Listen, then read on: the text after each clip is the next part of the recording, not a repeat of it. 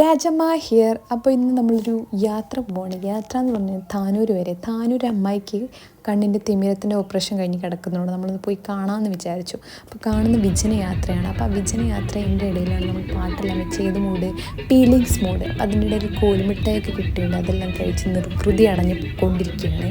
അവിടെ എത്തി നമ്മൾ ഗസ്റ്റാണല്ലോ, അപ്പോൾ ചായ എല്ലാം കിട്ടി. എനിക്ക് ഇഷ്ടപ്പെടുന്നത് അവിയലായിട്ട്. നിങ്ങൾ കാണുന്നുണ്ടോ? അവിയൽ എനിക്ക് സൂം ചെയ്തെടുക്കാൻ പറ്റില്ല.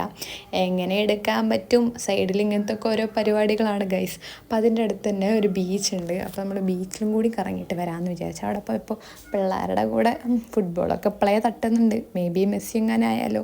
പിന്നെ ഞാനിങ്ങനെ വിചാരിച്ചു ഇങ്ങനെ വെറുതെ നടത്തിക്കാം. അങ്ങനെയല്ല ഞാൻ ഉദ്ദേശിച്ചത്, ഒരു വീഡിയോ എടുക്കാൻ വേണ്ടിയിട്ട് കൊച്ചിനെ കൊണ്ട്. പക്ഷെ ഇവൻ എന്തൊക്കെയൊക്കെയോ ആണ് കാണിച്ചു വിടുന്നത്. പക്ഷെ എനിക്ക് ആ ചിരി അങ്ങ് കാണുമ്പോൾ എൻ്റെ സാറേ എനിക്ക് കെട്ടിപ്പിടിച്ചിട്ട് ഒരു ഉമ്മ കൊടുക്കാൻ തോന്നുന്നു. പിന്നെ ഇടയ്ക്കിടയ്ക്ക് കൊടുക്കുന്നതുകൊണ്ട് കുഴപ്പമില്ല. പിന്നെ അവിടുന്ന് ചൊരണ്ടേസ് എല്ലാം കഴിച്ച് പിന്നെ വീട്ടിൽ പോയിട്ടൊന്നും ഉണ്ടാക്കാനുള്ളൊരു മൈൻഡ് ആർക്കും ഇല്ലാത്തതുകൊണ്ട് നമ്മളവിടെ ഒരു ഹോട്ടലിൽ കയറിയിട്ട് ഫുഡ് കഴിക്കാമെന്ന് വിചാരിച്ചു.